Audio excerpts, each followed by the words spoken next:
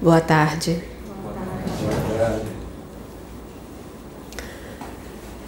Primeiramente, eu queria agradecer a presença de todos que hoje vieram aqui participar da nossa reunião, participar do nosso trabalho.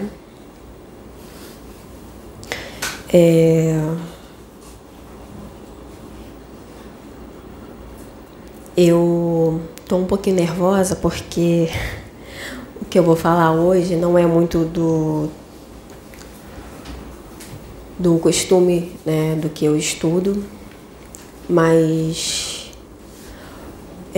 foi um vídeo que eu vi no YouTube recentemente, que é da professora Lúcia Helena Galvão. E ela é uma psicóloga, filósofa,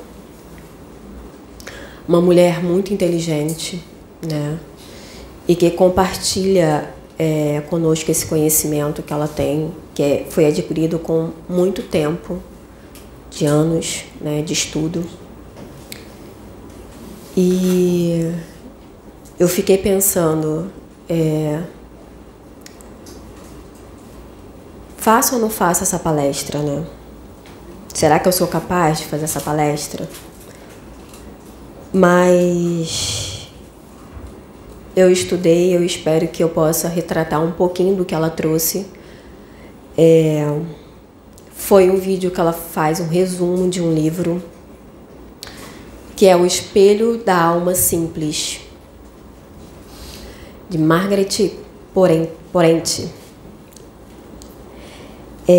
E quem é essa mulher, né? Gente, eu tô com um caderninho porque a minha mente não é tão boa assim de gravar. Quem é essa mulher, né? Essa mulher, ela nasceu entre 1250 e ela morreu em 1310, na época da Inquisição. Ela escreveu esse livro e por causa dele, ela foi condenada à morte, né, pela Inquisição, no caso a Igreja da época católica, que não conseguia compreender aquilo que era diferente. Ela trouxe nesse livro a explicação sobre o separativismo, né? E explicando que enquanto estamos separados, né, da fonte, a gente não consegue chegar à essência, que é a união junto com a unidade maior, que é a essência de Deus.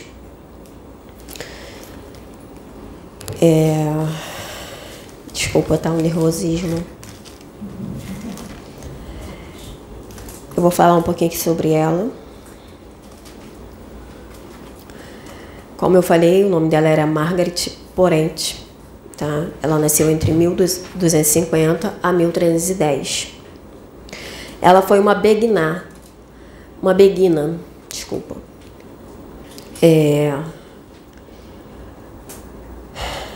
Ela foi uma mística, né? Na época, eles buscavam essa essência, o amor, né? O amor, esse amor puro, esse amor verdadeiro, que é o amor de Deus, né? O amor ágape. E o que é uma pessoa mística, né? Talvez algumas pessoas podem não saber. É a pessoa que estuda as coisas divinas ou espirituais, que tem ideias ou pensamentos inspirados por Deus. E ela era essa mulher, né? Ela veio trazer uma visão totalmente diferente do que a época, né? Ela viveu no século XIII. E naquela época, a Igreja Católica, ela controlava toda essa parte das coisas que eram divulgadas, eles tinham medo, né, de perder o controle que eles tinham, né, sobre as pessoas da época. Eu também fiz uma pesquisa o que é Inquisição, tá? Para quem não sabe. Inquisição também é chamada de Santo Ofício. Foi um tribunal formado pela Igreja Católica para condenar e punir as pessoas que tinham desvio das normas da conduta, os hereges. Naquela época, o catolicismo era o que dominava a Europa, mas a igreja também preocupada com o crescimento de outras seitas, que eram as outras religiões, né? Tudo aquilo que eles não conseguiam compreender, mesmo sendo com o mesmo significado, mas trazendo com formas de falar diferente, eles consideravam hereges, né? E aí a igreja viu esse livro como uma heresia, como algo fora do comum da época, né? Que faziam com que as pessoas pensassem e enxergassem de forma diferente.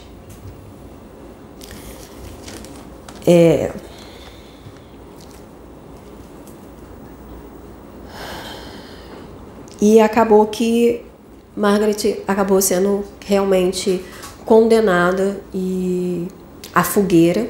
Ela acabou morrendo na fogueira, né? Que era uma morte muito cruel, né? A gente sabe que é a crueldade da época, mas naquela época da Inquisição muitos morreram dessa forma, né? Por não ser compreendido, né? E ela cita que esse livro que ela escreveu, muitos não compreenderiam, porque não conseguiriam alcançar aquilo que ela estava explicando, aquilo que ela estava querendo trazer. A professora até cita, né, uma passagem da Bíblia que diz que quem tem olhos que veja, quem tem ouvidos que ouçam, né? O que ela quer dizer com isso? Que somente aqueles que olharem com olhar espiritual iriam compreender o livro, né? O Espelho da Alma Simples. E dessa forma, né? Naquela época, ela fez esse livro, né? E esse livro foi queimado pela igreja também, sendo que naquela época muitos ficaram comovidos tanto pela morte como que ela foi condenada, né? E também ficaram apaixonados pelo conhecimento que ela estava oferecendo naquele livro, e guardaram o livro mesmo tendo o risco de também ter o mesmo destino que ela, né? E aí ela, nesse período, né, que tinha os bispos na época, o que comandava ali a Igreja Católica, eles ficaram realmente muito incomodados, porque eles sabiam que aquele conhecimento, né, iam despertar muitas almas, muitos pensamentos. E aí ela cita a igreja como a pequena igreja, né? A igreja grande, a pequena igreja, né? E o espírito livre. A pequena igreja, ela fala que a pequena igreja é aquela que perdeu a essência, né? Que não consegue enxergar a essência do divino, do nosso Pai, do nosso Criador, né? E tem a grande igreja, que é no caso, a humanidade que busca, né, essa libertação, e o espírito livre, que é Deus, né? Porque Deus é um espírito livre, ele está em todas as coisas, em todos os momentos. Ele é uno, né, onipresente, ele é uma unidade. E aí ela explica, né, essa essência, a morte da alma, do espírito. O que ela quer dizer com isso? Ela fala que quando entendemos que nada disso aqui é realmente importante, né? Que todo esse egoísmo, esse ego que a gente possui, ele não tem tanta validade, ele não tem tanta importância, né? Mas quando a gente começa a compreender que o amor, né, o amor ágape, o amor divino, esse êxtase, né, que é o verdadeiro amor de Deus, ele vale a gente largar mão de tudo isso que a gente tem, a gente encontra a verdadeira felicidade. E ela traz isso, né, nesse livro, que é eu até peguei uma parte aqui que é a experiência religiosa relatada, fala de um amor, né, sem objeto.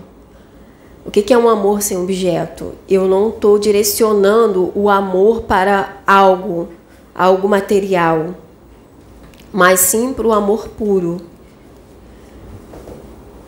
que está disposto a perceber, a perder e nunca seguro de possuir.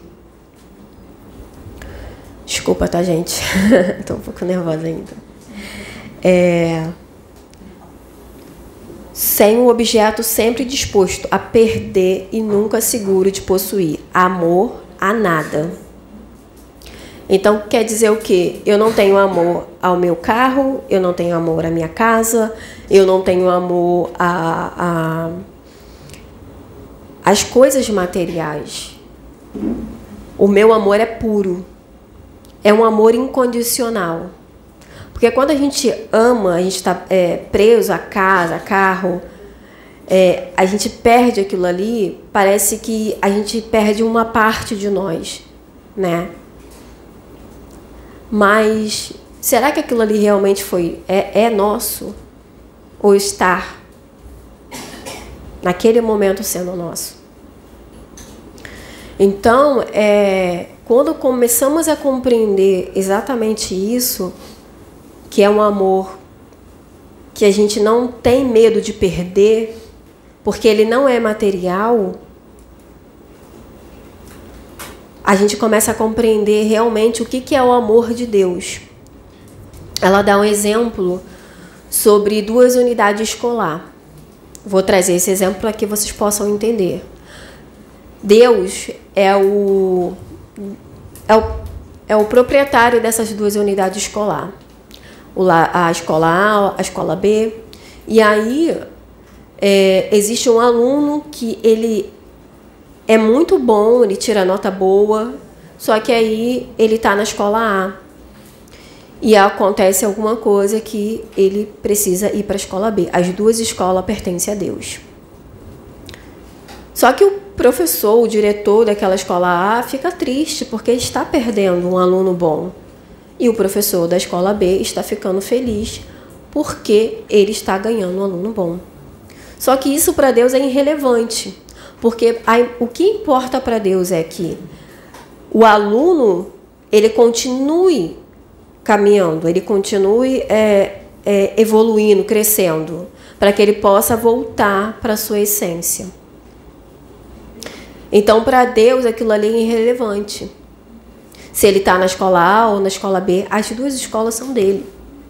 Se você vai escolher o caminho A ou o caminho B, ele não se importa com isso. Se você vai acertar ou vai errar, ele também não se importa. O que ele enxerga numa amplitude muito mais ampla, né, do que a gente possa compreender, é que se você realmente está caminhando em direção à evolução, ou se você está estagnado. Deus sempre vai olhar, sempre vai desejar a nossa evolução. Então, para Ele, independente do caminho, independente da escola, o que Ele importa é se você realmente está no processo da evolução, no processo do crescimento. Isso é importante para Deus. Então, realmente, Ele não vai se importar se você está na escola A ou B, ou se você está acertando, ou se você está errando. Você sempre vai estar ali tendo a oportunidade de crescer. Então, às vezes a gente fica tão preocupado, né, com, ai, será que eu tô errando? Será que eu tô acertando? Será que eu vou fazer certo? Porque hoje eu tive essa preocupação. Será que eu sou capaz de trazer uma palestra de uma filósofa, de uma psicóloga, de uma professora, de um resumo de um livro? Eu tive essa preocupação. Então, olha a preocupação fazendo com que se eu tivesse deixado ela me dominar, ia fazer eu estagnar. Não ia me permitir evoluir. Então, a gente tem que ter o cuidado de ter essa percepção. O medo, ele é importante, mas a gente não pode deixar com que ele nos paralise, né? Deixar com que a gente não faça o que tem que ser feito por causa do medo. Por isso, a importância do discernimento, de entender exatamente qual o caminho que a gente realmente vai, né, trilhar. Na realidade, a gente nem sabe, né? Como foi dito aqui anteriormente, a gente precisa caminhar para poder descobrir o caminho. E a gente tem medo disso, de não saber onde está realmente pisando, né? E aí, ela traz essa reflexão nesse livro, né? Ela era uma mulher mística, como eu falei, e ela fala sobre essa união da alma, né, com o perfeito, a união do perfeito, né? E ela fala sobre o aniquilamento que é do seu eu, né? O eu que eu falo é desse eu egoísta, desse eu que quer possuir tudo, desse eu que não compreende quando algo dá errado. Ela fala que a gente precisa aniquilar esse eu, né? Essa incompreensão de querer tudo, que na realidade nada é nosso, né? A gente só está aqui emprestado. Até esse corpo é emprestado. Porque tudo pertence ao nosso Pai.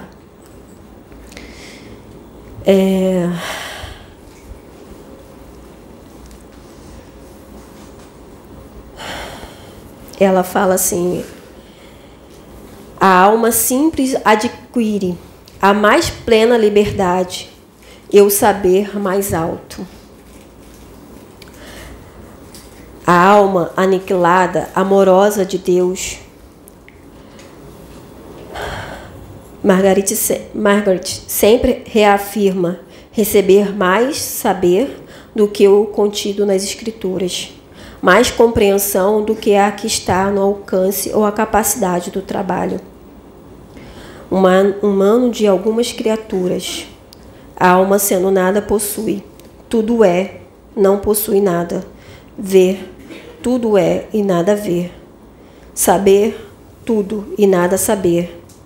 Essa alma aniquilada é o que se torna capaz de experimentar a paz de caridade.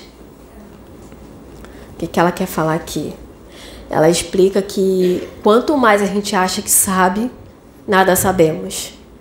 Quanto mais a gente acha que compreendemos algo, a gente não compreende na amplitude, na verdadeira essência. Porque hoje a humanidade, ela realmente está com muito mais conhecimento disponível, né? Só que a gente não tem nada na essência, na profundidade.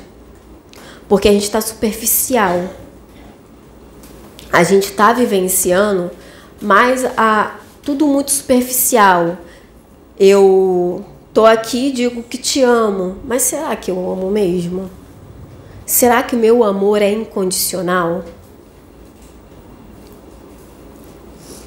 Eu tô aqui, falo que tô de corpo e presente. Será que eu tô? Será que minha mente não tá voando? Será que eu não tô em outro lugar? Eu não queria estar em outro lugar? Então, muitas das vezes a gente acha que sabe, né, de algo, a gente acha que compreende, que temos o total conhecimento. E, na realidade, nada sabemos. O universo é tão grande, as experiências, né? Tudo é tão amplo, é infinito, né? O aprendizado.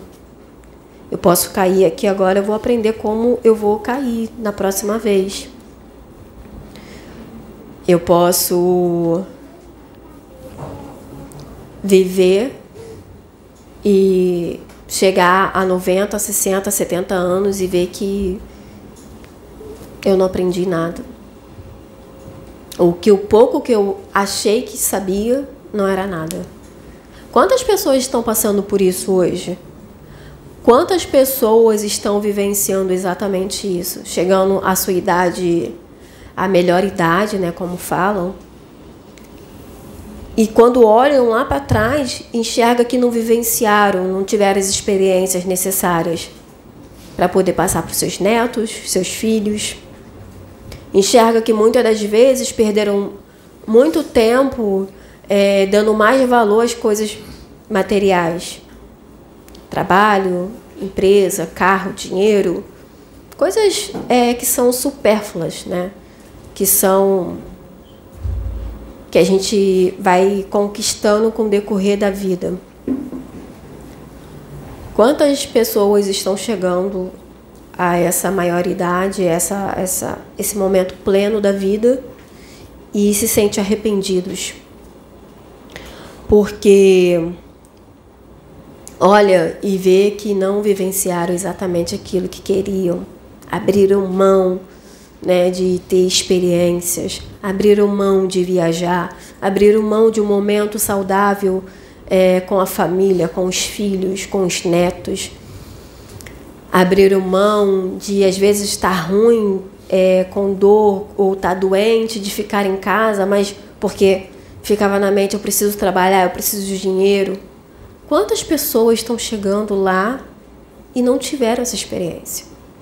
E hoje, quando vão passar uma informação para as pessoas mais jovens, não consegue passar com mais profundidade, não consegue passar com mais intensidade, porque viveram de uma forma superficial, como muitos estão vivendo hoje em dia. As pessoas hoje vivem realmente no automático e não percebem pequenos atos, pequenas atitudes, pequenos momentos que elas acabam perdendo, porque estão vivendo no automático, estão vivendo totalmente superficial. É muito difícil você encontrar alguém que esteja vivendo intensamente. O que é viver intensamente? Viver é você realmente ter experiências. É você sentir, é você estar ali de corpo presente. E isso é muito difícil. Porque o mundo nos programou para estar aqui de forma superficial, para que a gente não acordasse. É mais fácil para ele nos controlar. Assim como na época era mais fácil a igreja controlar aquele povo com os costumes, com as crenças, com aquilo que eles acreditavam. Mas quando começava a ter uma revolução, começava a vir coisas novas, eles se assustavam. Por quê? Porque eles não estavam abertos. Eles não estavam abertos para o novo. Eles não estavam abertos para a experiência. E muito dessas pessoas que foram, infelizmente, né, condenadas à morte pela Inquisição, estavam falando exatamente a mesma coisa que a igreja. Só que de formas diferentes. Eles estavam trazendo as experiências que eles estavam tendo, né? Com essa parte da espiritualidade, com essa parte da conexão com o divino. E aí, por ser diferente, por ser totalmente fora do padrão, eles enxergavam como heresia. Eles não conseguiam enxergar como algo novo, mas que continuava no mesmo propósito no mesmo sentido do que eles estavam querendo trazer para aquela comunidade, para aquele povoado da época.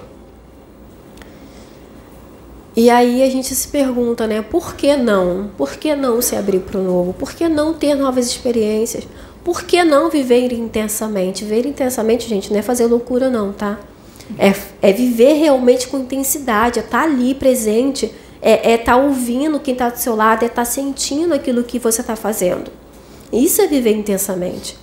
É porque você vai ter a experiência de falar, olha, eu passei por isso, eu tive tal reação, meu corpo reagiu de tal forma, eu senti isso, eu senti aquilo. Quando você vive intensamente algo, você não consegue esquecer tão fácil assim. Mas quando você vive algo muito superficial, aquilo faz assim, ó, na sua mente. Se apaga. Como se você nunca tivesse vivido aquilo. Você tem que fazer uma força muito grande para puxar aquilo da memória. Por quê? Porque você viveu superficialmente. Você não conseguiu encontrar a essência daquilo que você está querendo proporcionar para si mesmo. Então, como que eu passo, né, para outra pessoa aquilo que eu não consigo sentir? Entende? Então, é isso que ela veio trazendo no livro. Eles estavam buscando esse êxtase do amor.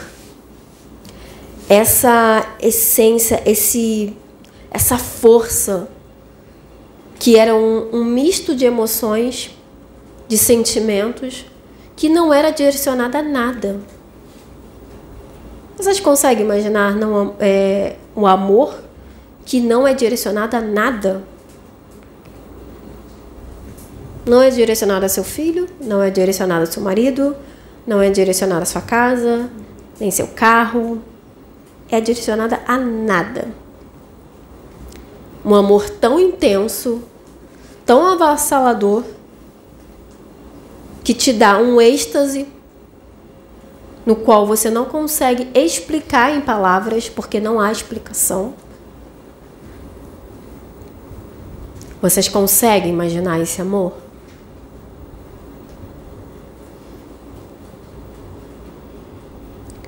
Na sociedade que vivemos hoje, é difícil encontrar pessoas que consigam sentir esse amor. Não dizendo impossível, porque para Deus nada é impossível. Elas abriam mão, né? Eu vou falar elas porque as beguinas, elas viviam como se fosse um celibatário, que elas abriam mão, né, de alguns prazeres da carne, meditação, isolamento, para chegar a esse amor, para ter essa elevação espiritual, para chegar a esse amor na época, né?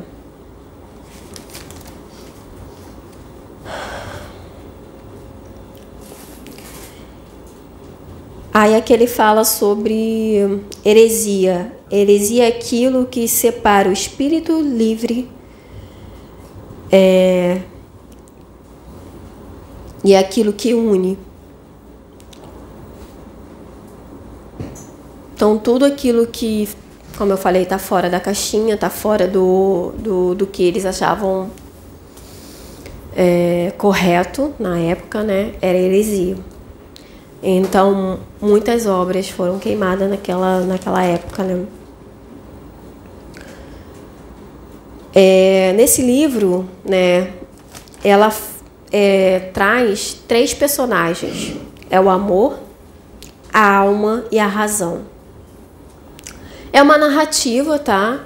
Que ela traz como uma narrativa. E eu separei uns trechinhos do livro aqui para poder trazer para vocês. Que é assim: o amor diz a razão. Razão, não é mais a sua vontade que o que mais agora é. não é mais a sua vontade que o que quer. Desculpa. Mas agora é a vontade de Deus que quer nela. Pois essa alma não permanece no amor que a faria querer isso por razão de alguns desejos. Ao contrário, é o amor que permanece nela, que tomou a sua vontade e por meio dela realiza a sua própria vontade. Assim, amor opera nela sem ela, razão pela qual ela não tem mais nenhuma ansiedade. O que quer dizer aqui, né?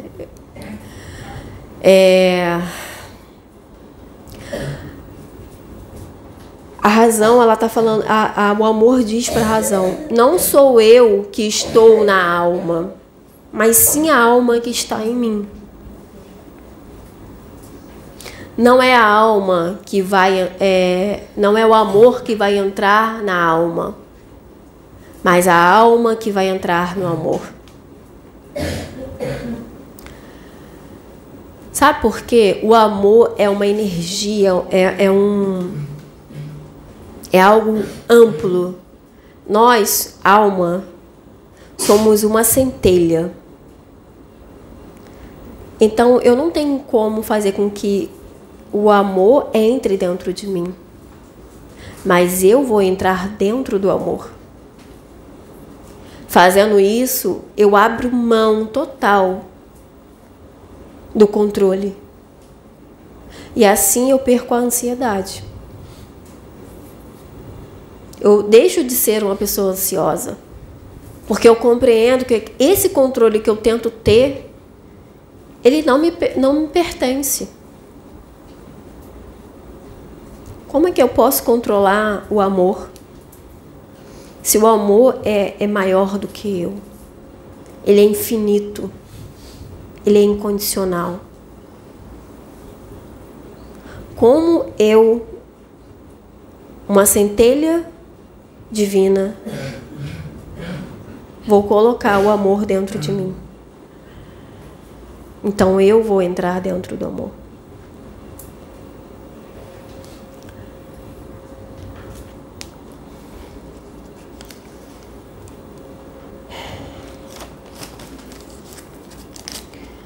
Dama Amor fala para a alma. Portanto, essa alma é comparada à águia, pois essa alma voa alto, muito alto, mais alto ainda do que todos os outros pássaros, pois foi emplumada pelo amor cortês. Ela vê mais claramente a beleza do sol, os raios do sol, o replendo do sol. Acho que é isso. Nem eu estou entendendo da minha letra. Resplendor do sol. Desculpa. E dos raios que lhe dão alimento, do amargo do alto cedro. Aí, a Helena, a professora, a psicóloga, ela fala assim, ela cita, né? Que quanto mais você se aproxima do sol, mais você se alimenta dele, até você se tornar o próprio sol. Então, quanto mais eu vou me aproximando daquele amor, mais eu vou me alimentando dele, mais eu vou me curando, mais eu vou me tornando amor. Porque essa é a nossa essência, é o amor. E quanto mais eu vou me aprofundando, realmente intensificando, até eu me tornar o verdadeiro amor. Desse modo, essa alma em êxtase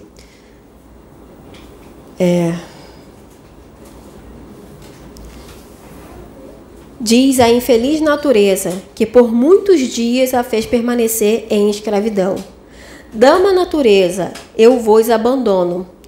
Amor está próximo a mim, e por ela fui libertada, sem medo e contra todos. Aí o que ela quer dizer aqui? Dama da natureza, a carne, o material. Pelo amor fui libertada. Porque há muito tempo estava escrava. A gente está o que no momento? Estamos presos, né? Dentro de um corpo, de carne, né? De osso, vivendo aqui na matéria. Mas quando eu começo a ascender, a ter essa conexão com o divino, a ter essa conexão com o Pai, eu começo a me libertar. Eu começo a deixar a minha alma realmente fluir. Eu começo a me conectar com mais força, com mais intensidade ao nosso Criador, à nossa unidade, né, principal.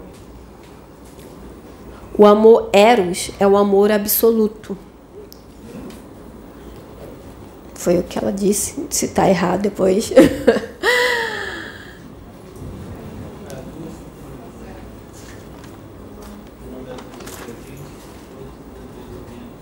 É.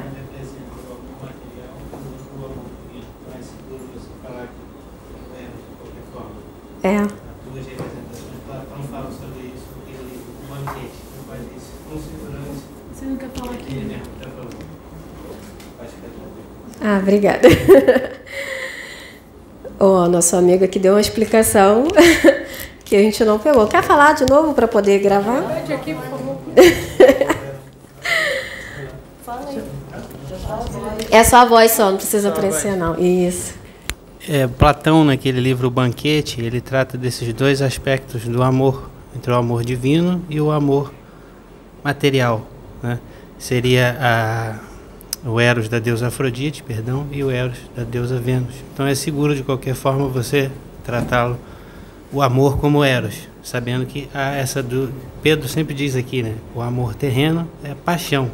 Sim. Então esse é o Eros da deusa Afrodite, enquanto que no aspecto da deusa Vênus, o Eros como o amor divino.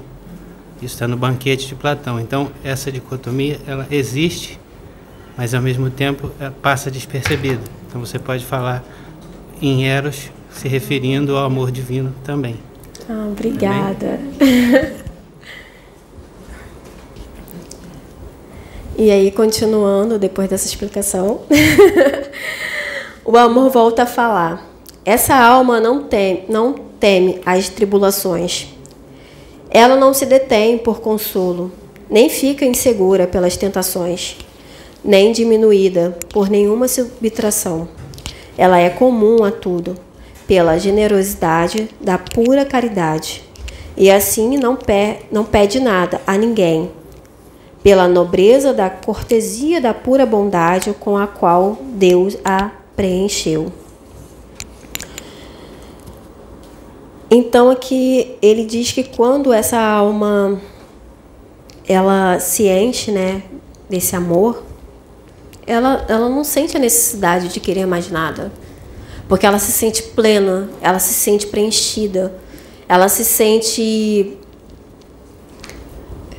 ela não tem necessidade além para esse mundo material.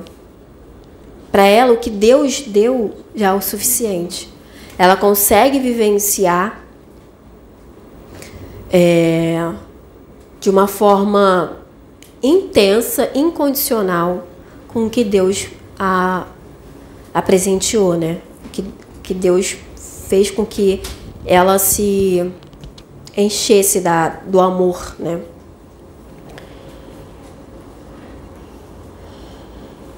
E aí tem esse adendo aqui, essa alma, com a sua generosidade, é infinita e nada pede, mas sim distribui a mãos cheias por o seu próprio amor e sua abundância. Foi o que eu acabei de falar, né? Ela não sente mais necessidade, porque ela já se sente completa, né?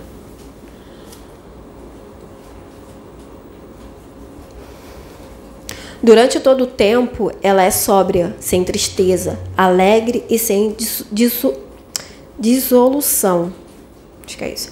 Pois nela Deus santificou o seu nome e a Trindade divina nela tem seu lar. Entre vós, pequenos, que na verdade no desejo pilais vossos alimentos, desejais ser como essa alma é. Desejais ser como essa alma é. Pois aquele que deseja o menos e não deseja o mais, não é digno do menor. Bênçãos de Deus, em virtude da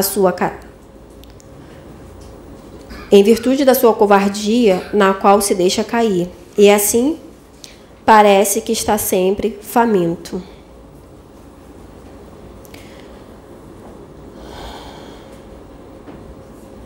Então, aqui ele fala sobre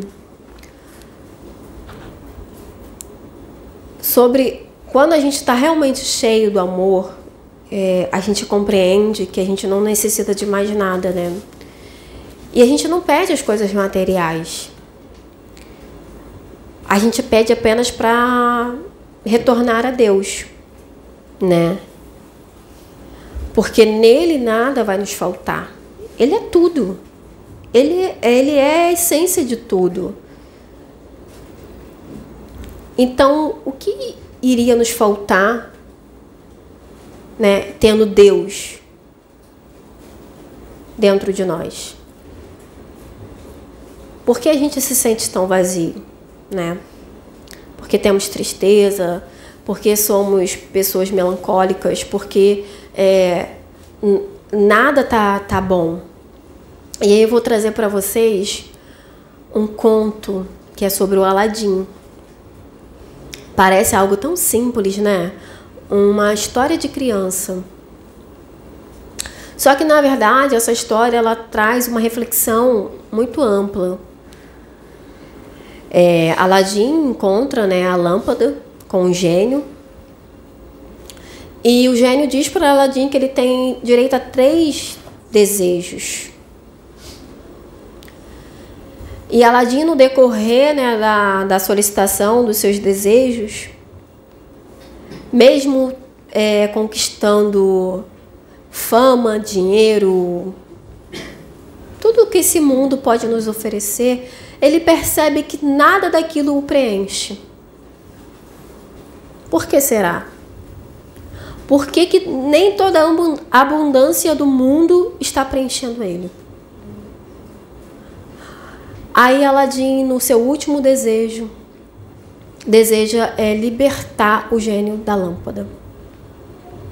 Sabe quem é esse gênio da lâmpada? É Deus. O gênio da lâmpada, ele está sendo representado como Deus. Nós limitamos a presença de Deus, colocando ele dentro da lâmpada. Enquanto Deus, ele está e pode estar e está em todos os lugares. Quando Aladim percebe que, mesmo solicitando todas as riquezas do mundo, isso ainda não iria preenchê-lo, e ele dá conta da real situação que ele está vivendo ali, e aí ele solicita, ele pede o último pedido dele, que o gênio fosse liberto, para que todos pudessem ter acesso a esse gênio. Aí ele entende a verdadeira essência. Ele entende que mesmo se tivesse todo o dinheiro do mundo, não iria preenchê-lo. Porque o que ele estava buscando não estava no material. Não estava nas coisas terrenas. Mas sim na essência na qual ele sente falta.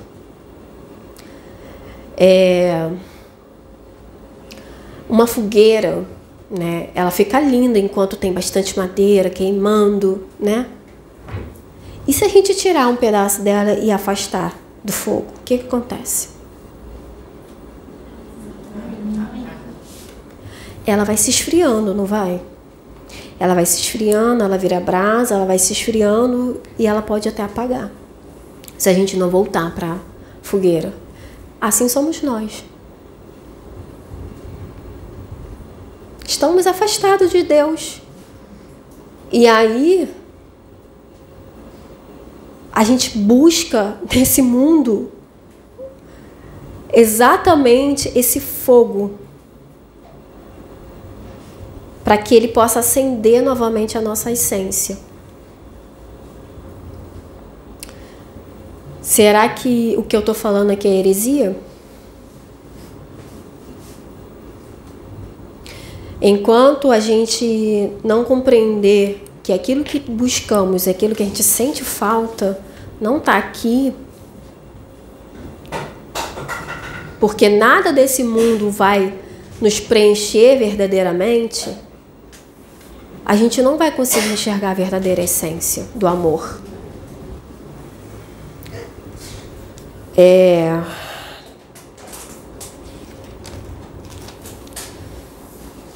Quando a alma fala para a razão, eu existo desde que Deus existe, desde sempre. E a razão diz, espera lá, alma, você foi criada em algum momento.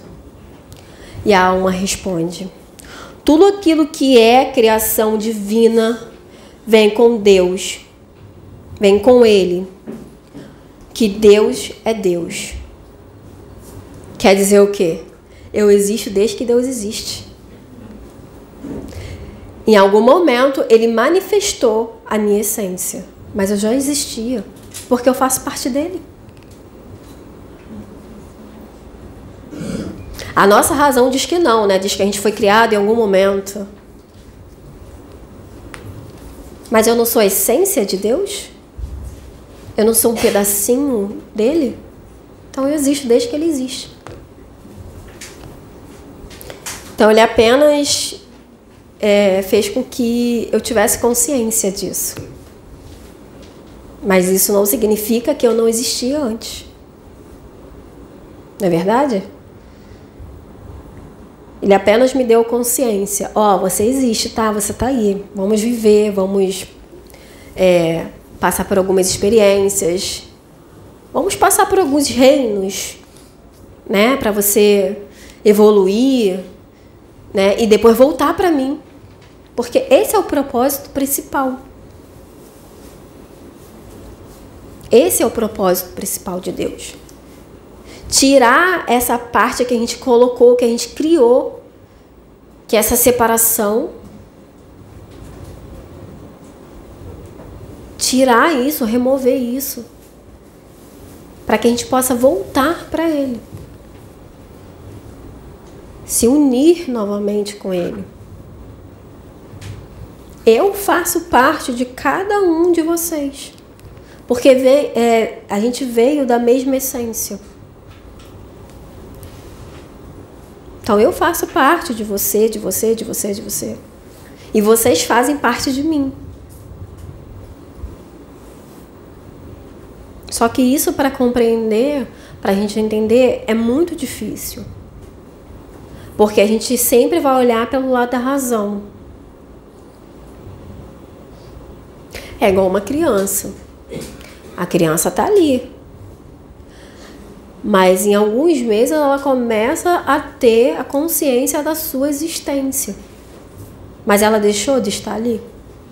Não.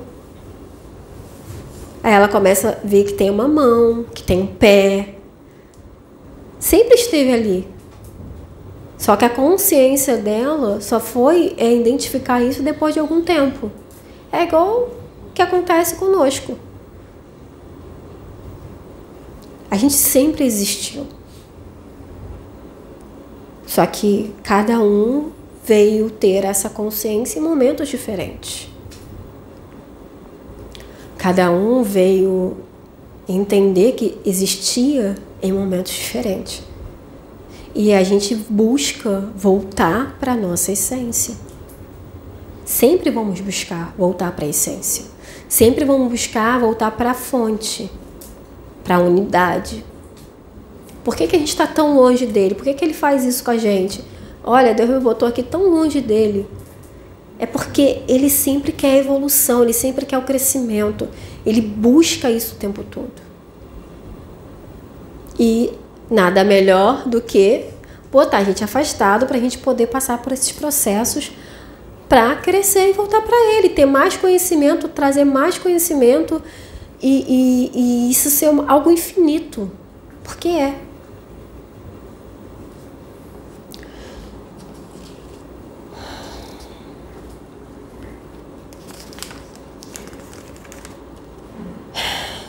E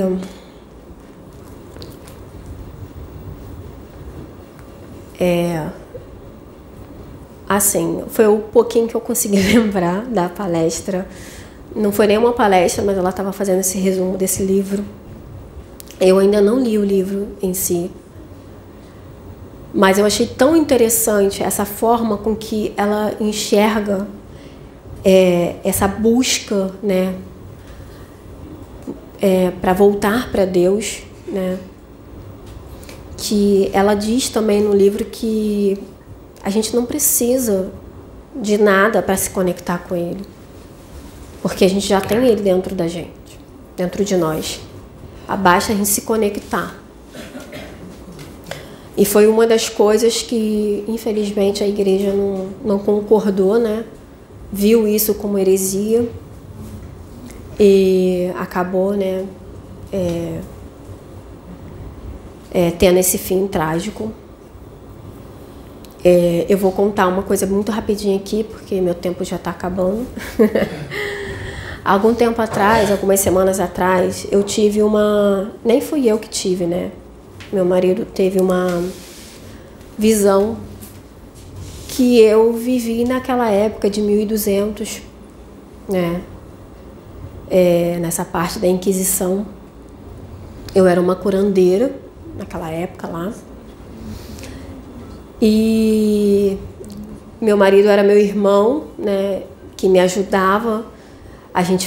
Eu fazia parto, era parteira também. E aí, né, vivendo naquela época, eu fazia poções, né, mas era remédio com as plantas. Então isso, né, era visto como heresia, né? Era bruxaria. Eu era bruxa. Então isso era visto como bruxaria, mas eu também fiz alguns trabalhos na época que eu operava as pessoas, né? Porque para as pessoas não morrerem. Só que naquela época era visto como necromancia, né? Que não podia abrir as pessoas, né? Mas até onde eu entendi era só com os mortos, mas parece que mesmo sendo com os vivos também era considerado isso. E aí a gente viveu aquilo ali, segundo o que ele trouxe, a gente já trabalhava, né, para o Cristo, né? Mesmo sem saber, mesmo com toda a ignorância da época, já trabalhava para o amor, para o bem, para a luz. Só que a gente acabou realmente também acabando na fogueira, né, sendo condenados e mortos. Ele trouxe um relato que assim me deixou muito chocada, que ele falou que eles não queimavam as pessoas em si, eles botavam brasas para as pessoas serem cozinhadas vivas. E era a maldade da época, né? Isso me chocou muito, porque já você ser queimada já é uma coisa ruim. Imagina você ser cozinhada viva. E aí a gente olha hoje, né? É tão difícil trazer um novo, é tão difícil a gente fazer o trabalho de Cristo, mas, cara, naquela época era pior. Hoje a gente só sofre com as palavras, com os ataques que a gente recebe. Mas imagina, naquela época, você não ter esse direito de se expressar, de trazer as coisas, né? Você ter que fazer tudo por debaixo dos panos, porque senão você era condenado à morte. Então, hoje, eu considero o que a gente muitas das vezes acha ruim, tranquilo. Uma maravilha, na realidade. E aí eu me senti um pouco culpada, né? Porque eu falei, caraca, eu acabei levando ele, na época era meu irmão, acabei levando ele para a morte junto comigo, porque eu era bruxa, mas como ele ficava comigo, ele foi levado também, né? E aí foi dito para mim não me sentir assim, porque era necessário eu saber, né, daquela informação e que o momento certo iria ser revelado para quê, né? Mas enfim, a gente sabe que foi feito muita maldade naquela época pela ignorância, né? A gente não tá aqui para apontar dedos para ninguém, para falar quem estava certo, quem estava errado, até mesmo porque era a forma de se pensar da época, era a forma que eles viam como lidar com a situação, por eles se sentirem, né, ameaçados. Mas a gente precisa aprender um pouco, né, com o que aconteceu no passado, com o que está acontecendo agora, e olhar que toda essa caminhada, né, que a gente vem tentando trazer o novo, né, tentando mostrar que não existe essa desunião, essa separação, ela não é fácil, né? Ela é difícil, mas não é impossível. Muitos morreram na fogueira, muitos foram decapitados, muitos, infelizmente, tiveram mortes horríveis, mas nem assim deixaram de fazer o trabalho. Nem assim deixaram de se permitir, né, buscar o conhecimento. Então, hoje, a gente tem todo esse conhecimento aí disponível e a gente não está sabendo usufruir dele. Não estamos sabendo absorver. Então, vamos deixar um pouquinho essa questão ser superficial de lado e vamos realmente interiorizar esse conhecimento. Porque é necessário, vai fazer a nossa mudança, vai fazer com que a gente cresça e vai fazer com que a gente volte mais rápido para a fonte. Eu espero que vocês me perdoem pelas palavras erradas, pelo nervosismo, né? Se teve algo que vocês não compreenderam, eu realmente peço perdão, porque foi uma palestra que eu preparei em alguns dias.